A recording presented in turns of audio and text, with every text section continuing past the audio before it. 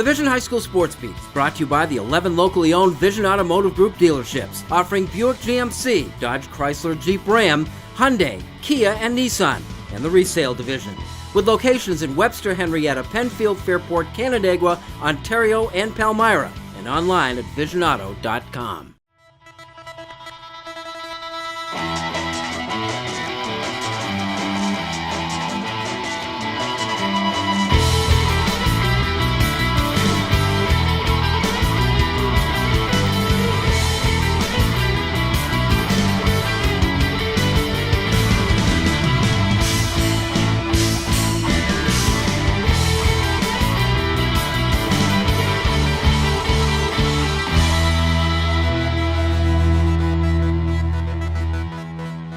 Hi, everyone, and thanks for joining us at the start of the 7th season of the Vision High School Sports Beat. I'm Bill Pucko. Each week at this time, we take a comprehensive look at sports in Section 5 and Monroe County and begin with our honor roll of high school teams. Here are our top 3 for the week. At number 3, Spencerport Girls Soccer won their first 4 games by a 20-0 scoring margin. At number 2, Pittsford Sutherland Girls Volleyball, Cammie Eder averages 11.7 kills per set. Taylor Padetti assists on 25.7 per. And at number 1, Churchville Chili Boys Soccer. In a 4-0 win over Irondequoit, the Saints had 4 different goal scorers. And not only that, but another 4 different players assisting on those goals. That is depth. There is nothing more certain in Section 5 sports than Pittsford will have championship swim teams. This year, both the boys and the girls go for their 16th straight sectional crowns. The girls are up first. So if you're going to cheer, you step onto the deck. You stay on the deck. Now he has egress to get up and down the side of the pool. You're right to come to me and say, Coach, your people are in the way. You have got to get them out of the way. I'm going to start disqualifying people. This is a challenging season for the Pittsford Panthers, relatively speaking. Gone are Katie Smith and Lindsay Stone, who graduated each of the last 2 years. Championship swimmers, who over the past 6 seasons formed the foundation. This year, the team is breaking in 7 new varsity swimmers.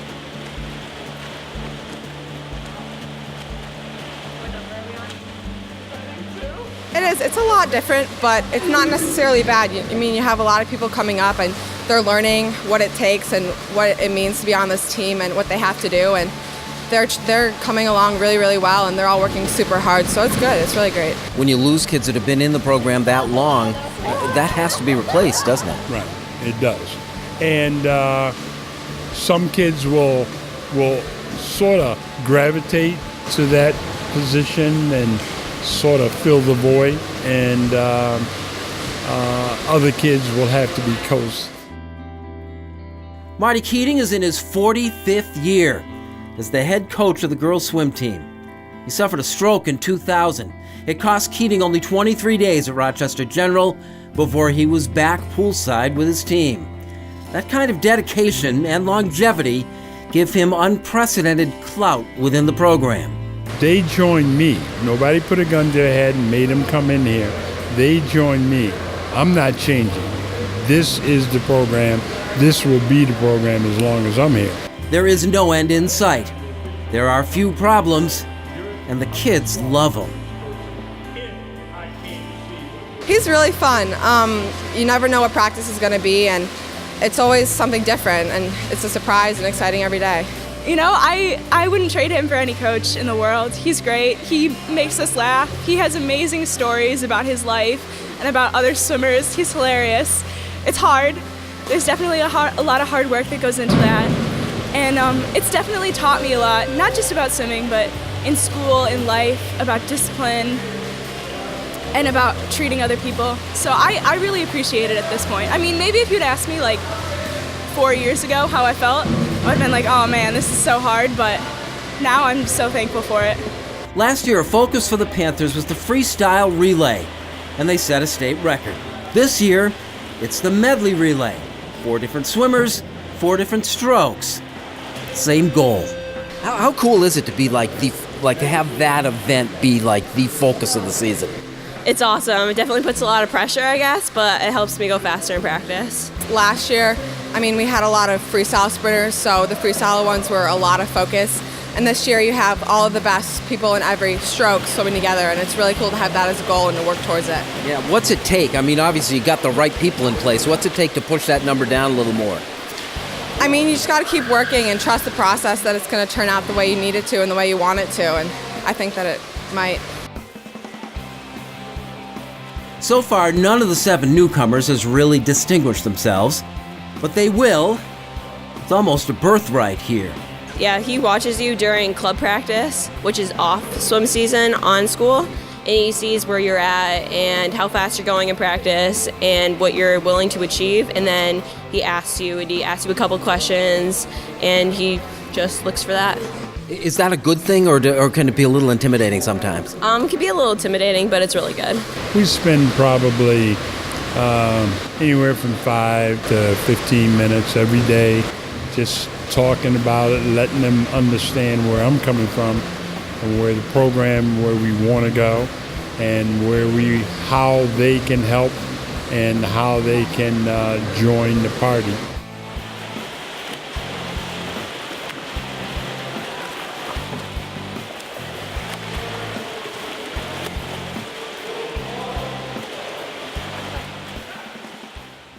Coming up next, Spencer German from 97.5 The Team and I talk a little high school football on the Dunkin' Donuts High School Notebook, and Kim Burnson has our Wegmans Making the Grade segment when the Vision High School Sports Beat continues.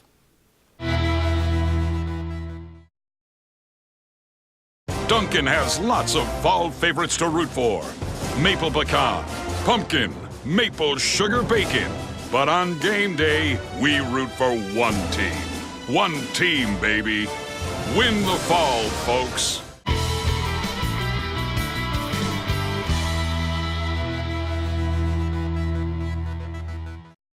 Welcome back to the Vision High School Sports Beat. I'm Bill Pucko. Time now for our high school notebook, brought to you by Dunkin' Donuts. America runs on Dunkin'. Spencer German joins us from 97.5 The Team, and you've got a whole list of high school football games you guys are actually covering out there. Yeah, we do generally one a week, generally on Fridays. Every now and then we mix in a Saturday, and then we kind of expand our schedule once we get to sectional time. We'll do both Class AA semifinals and A semifinals, and then do both championships as well out at Brockport. You know, we've worried about participation, and it certainly still is an issue with all the things that involve football and stuff. But you know, as the season starts, it's the same teams. We're seeing good football. The sport still looks alive and strong here. Yeah, I would say so in terms of the product out on the field. But when you look at the sidelines is where you can kind of see that effect of maybe teams not having as much players trying to participate or as much participation as they have in the past. And that's obviously, I think, the big concern for Section 5 and with Section 5 is that they're worried about those numbers dipping. We've seen some schools already try to kind of combine a little bit. But, yeah, I mean, when you're sitting there at the game watching the sport, what's not to like? Yeah. There's some hard-nosed teams battling with each other, real physical play, some great running games back and forth. I think that's kind of the staple of most Section 5 teams. But every now and then you get a team that does like to air it out a little bit more, and they mix it up a little bit, and that's fun. The one other thing, and you mentioned it, at the end of the season is they're moving these out to the colleges. The playoffs going to Brockport and Alfred are going to host them this year. You got a feeling as to whether that's a good move or not? I think it is. I get from a logistical standpoint, it's tough for certain schools. The Victors, who are always almost in the running come sectional time.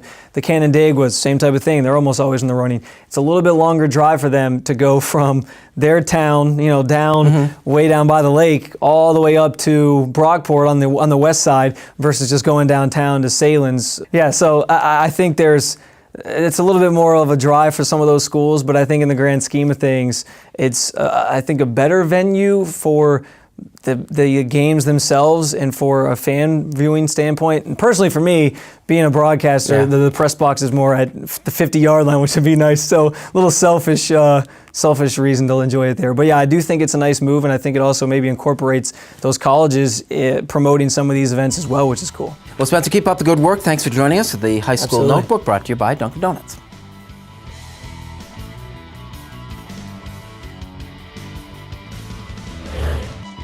Coming up, we salute our Wegmans Making the Grade nominee with Kim, and later, Bobby Bates, back and better than ever, when the Vision High School Sports Beat continues.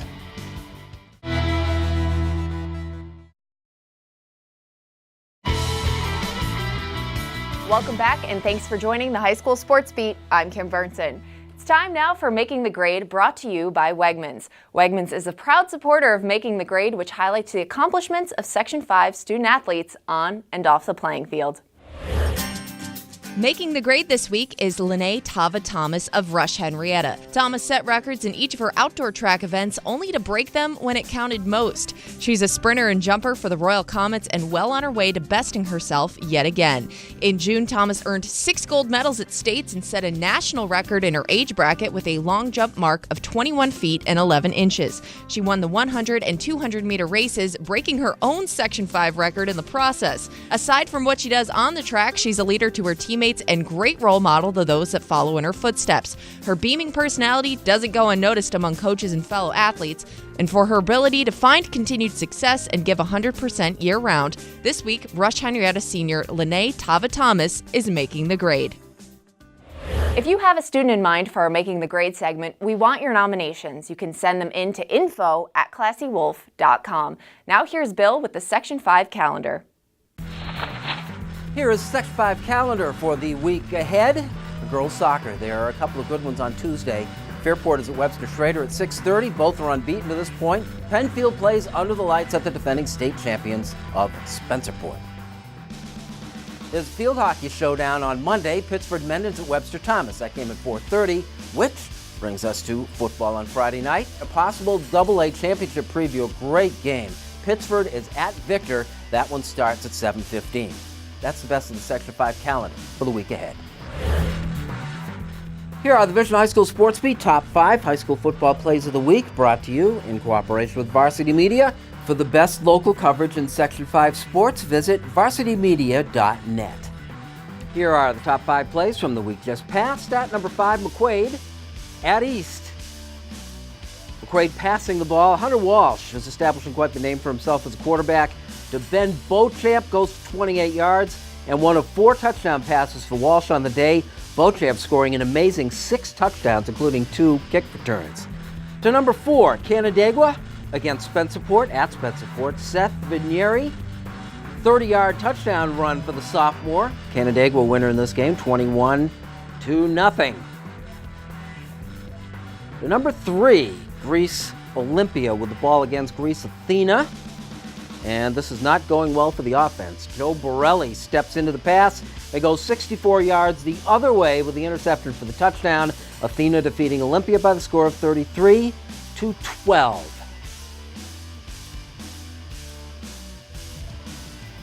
And number 2, will be a new school record for Penfield playing Rush Henrietta. Luke Palladino from 49 yards out, place kicking, and that is a beauty into a pretty sky. And Penfield, a 23-13 win over Rush Henrietta. Now, number 1 is also a place kick. It's 9 yards shorter, but under a lot more duress because the game is on the line in the final minute for Fairport against Hilton. That's Fairport's Amir Yamount. With a 40-yard field goal with 55 seconds left in the game, it wins the game for Fairport 23-21. Coming up, a breakout for Hunter Walsh and his McQuaid football team when the Vision High School Sports Beat continues.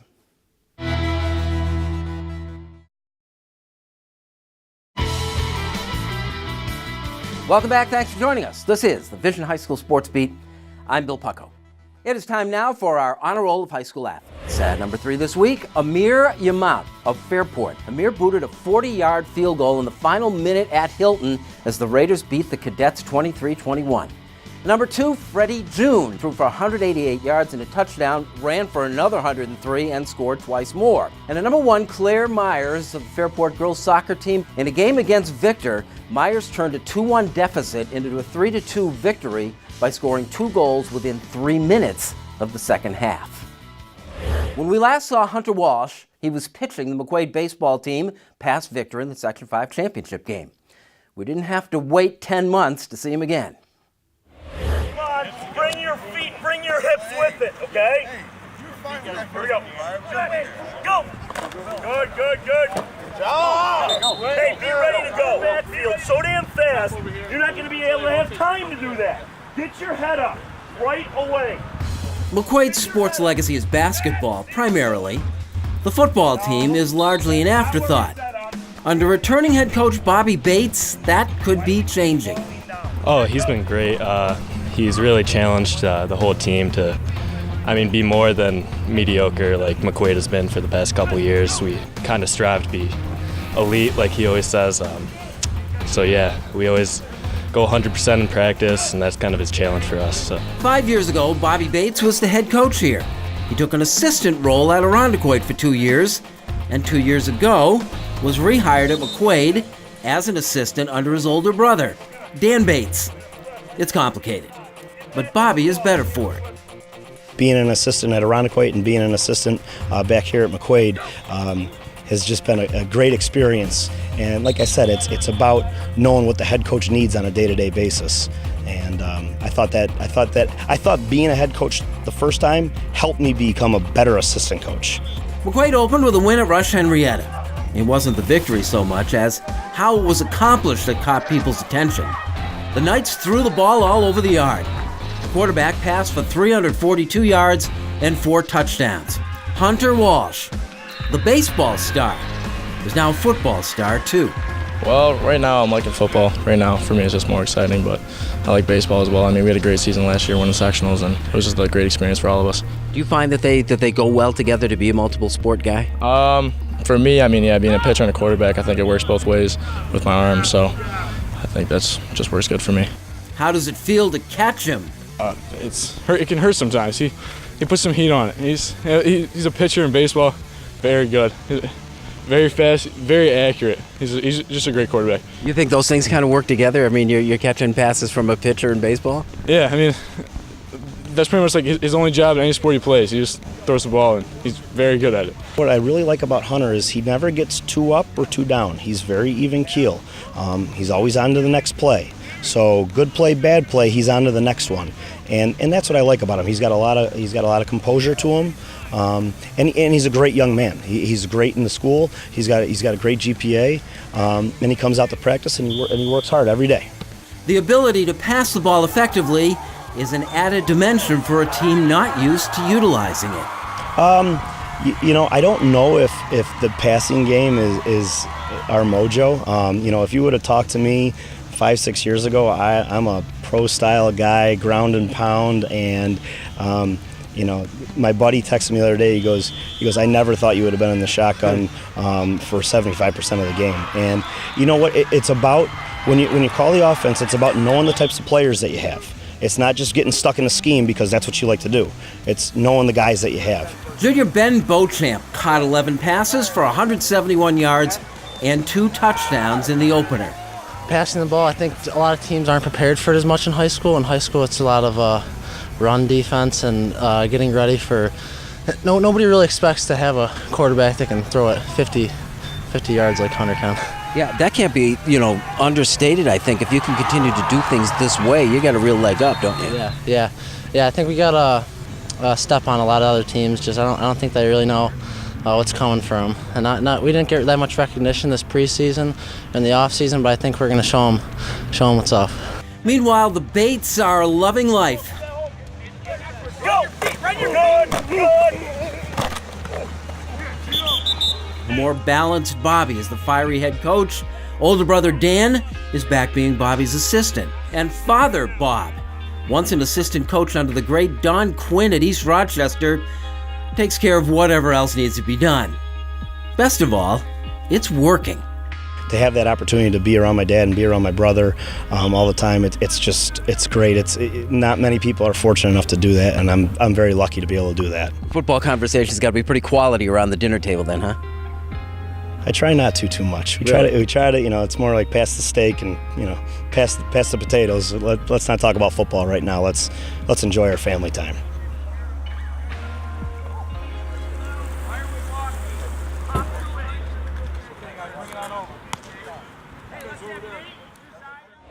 McQuaid went to 2-0 with a 46-8 win over East. Walsh passed for 209 yards and 3 touchdowns. Beauchamp scored 6 times, twice on kick returns. We'd like to thank our sponsors, especially the 11 dealerships of the Vision Automotive Group. They make the Sports Beat possible, as do you. Thanks once again for watching. We'll see you next week with the Vision High School Sports Beat.